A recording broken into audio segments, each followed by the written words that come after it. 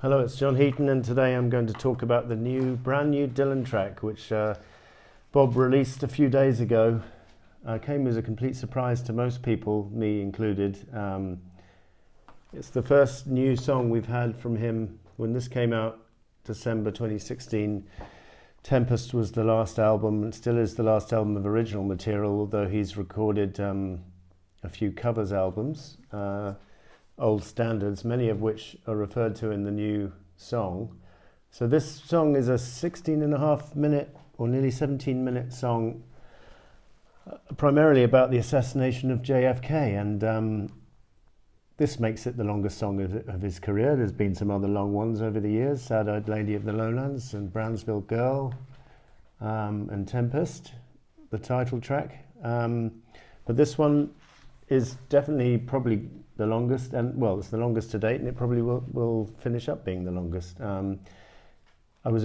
People were a bit surprised when they heard it was so long, but I listened to it a few times, and the lyrics are so gripping that the time really flies by, and one doesn't feel as if one's been sitting there for too long listening to this song, in my opinion. I think the lyrics are central to the song. Musically, it's quite sparse, there's a bit of piano in the background, a few strings, and a bit of percussion, but it's mainly Dylan reading out the lyrics or half singing the lyrics in very captivating fashion. And this event in November '63 obviously meant a lot to him and a lot of people around the world. And actually it got me to dig out. I have this record which I picked up in the 80s when I was in Dallas. There was this lady who was an investigator, and she'd helped put this record out. And it's quite interesting. It's got eyewitnesses who were there at the time standing 15 feet from the car and telling what they saw, and also got some guy who was on the 5th floor of the Texas Book Depository talking about how he heard the bullet shells drop to the floor after the shots were fired.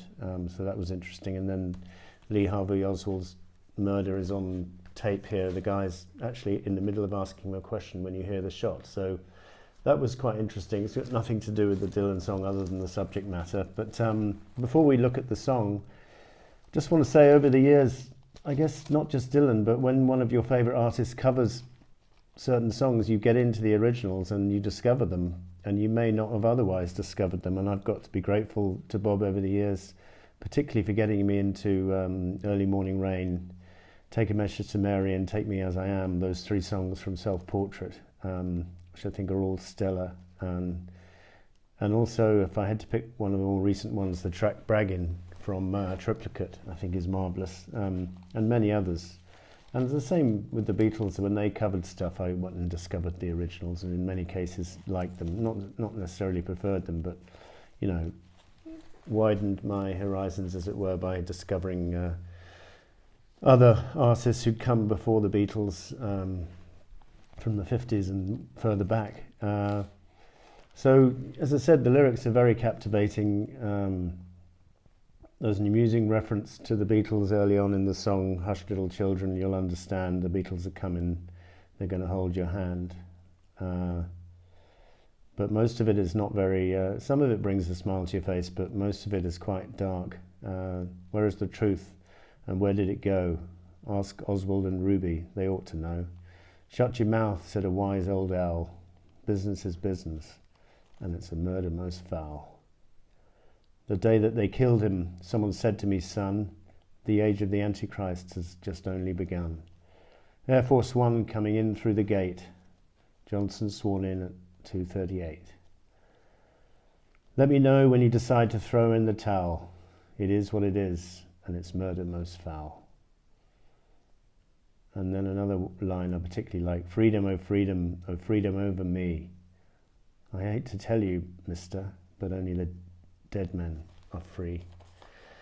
So Dylan, I think, is second to none lyrically in the history of rock music, and here he's on top form. And as I say, the tune is nothing to write home about, but it doesn't really need a tune. He's singing it very movingly, or half singing it. And then I had great fun this afternoon. Or as you know, we've all got a lot of time on our hands with being locked in the house these days. So what better exercise to do than go through all the songs that Bob references in this song? And there's various people who put lists out on the internet. There's, I think, one guy posted a list of 74 songs. There's a couple of people who've posted playlists on Spotify, and it was one of those which I used to go through, listening to some of the ones I hadn't heard. And I don't know whether the original versions have been posted or it was the version that Bob was referring to that's been posted. I assume in most cases it is, because it's the original artist. But so I recognised a lot of song references, like I Want to Hold Your Hand from the Beatles and Crossroads from Robert Johnson, who Cream later covered. Tommy, Can You Hear Me? A reference to The Who from Tommy. Dizzy Miss Lizzy, Larry Williams, which the Beatles covered, is mentioned. Walk On By, originally Burt Bacharach, but I'm familiar with it from the Stranglers version. Please Don't Let Me Be Misunderstood. Nina Simone, I think, made it famous, but the Animals version is the one I know. Wake Up Little Susie from the Everly Brothers. Tragedy, the Beatles. What else did I know? Another one's Bites the Dust from Queen. Let the Good Times Roll. I was familiar with the Nielsen version, not the Shirley and Lee one.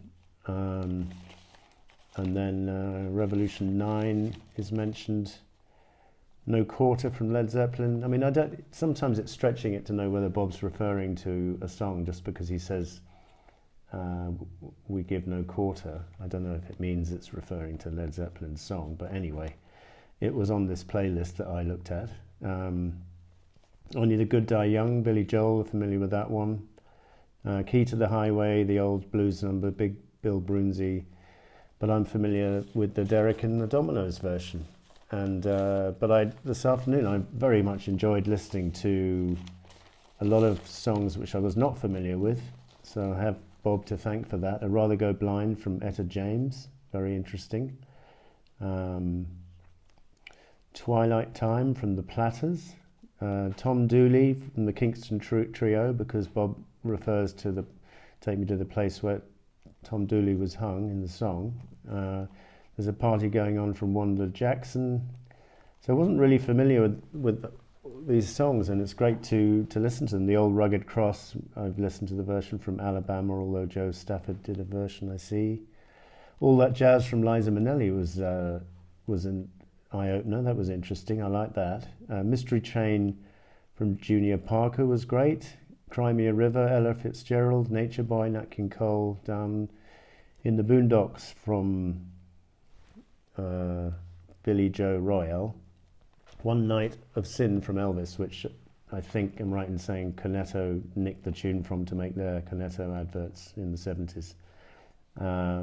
Tell Me No Lies, I was thinking where I was up, that must come from a song, and the closest I could come up with was Tell Me Why from the Beatles, which is not the same, or Tell Me Lies, Tell Me Sweet Little Lies from Fleetwood Mac. But anyway, Dr. Feelgood had a song called Tell Me No Lies, so that was that. House of the Rising Sun, The Animals, of course. Memphis in June, another great one from Hoagie Carmichael. The Eagles, so most of these songs are kind of 50s or 40s or earlier, and Bob doesn't mention many of his contemporaries, but he does mention the Eagles by name, Henley and Fry, and Take It to the Limit.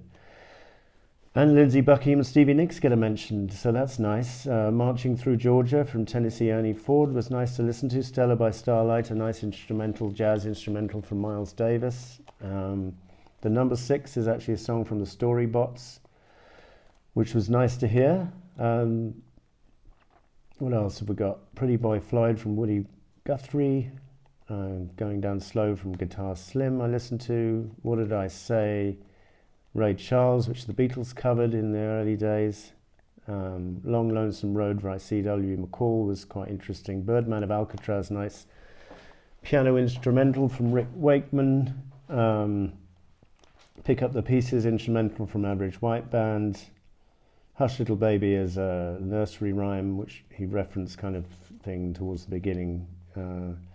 Rubber Dub Dub is a kind of children's song from the Wiggles, and that Wolfman Jack put out an album of bizarre children's songs in the I think it was in the 90s, and this was on there, so that explains that rub-a-dub-dub reference for Wolfman.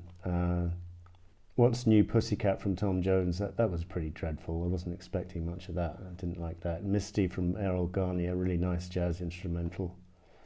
Miles Davis, That Old Devil Moon, another moody jazz instrumental. Bob seems to like that kind of thing. New Frontier from Kingston Trio was seems to be an old folk song. Ferry Across the Mersey from Jerry I'd heard. What else have we got here? Loads, really. I mean, it's just wonderful that Bob refers to these. I mean, it's interesting timing that he put out this song at the time when we're all at home, stuck at home, and in need of stuff to do. And if this isn't quite a playlist for us from Bob, it's pretty close to it. Because, you know, whether you're reacting to the death of JFK or whether you're going through, you know, the coronavirus crisis which the world's going through at the moment, it's nice to have a playlist of uplifting songs. And I guess Bob thinks that these are all uplifting songs, or pertinent, should we say. Some of them not too uplifting, but like Another One Bites the Dust maybe lyrically, but also scattered references in there to movies like Gone with the Wind is referenced in the Frankly I Don't Give a Damn line. I noticed, I mean, if you want to get really pernickety, Let's Go for a Drive is in the song, which is from the McCartney song Driving Rain, but I don't think that's a reference. Turn Your Radio On is in the song, and there was a Harry Nilsson song called Turn On Your Radio. But again, that's stretching it. Off the Ground is also mentioned in the lyrics, so that could be the song Off the Ground. Step on the Gas is on the lyrics as well, so you never give me your money, perhaps. But anyway, you could have loads of fun, and I've already had loads of fun trying to pick, and I cheated a bit by looking it up. But when I first listened to it, I was amazed by the breadth of material that Dylan was referring to, and it was obviously stuff which was near and dear to him. He'd grown up with, or it touched him in some way over the years, and it's just a nice way to mark, you know, a time of mourning, and you know, in order to try and lift one's spirits, then play me this, Wolfman Jack, who's a DJ in the 60s in America. Play me this to try and get me to a better place, because that's what one of the things music often does. And so that was Bob's new song, Murder Most Foul. Thoroughly recommend it if you like Bob, and we'll see you next time.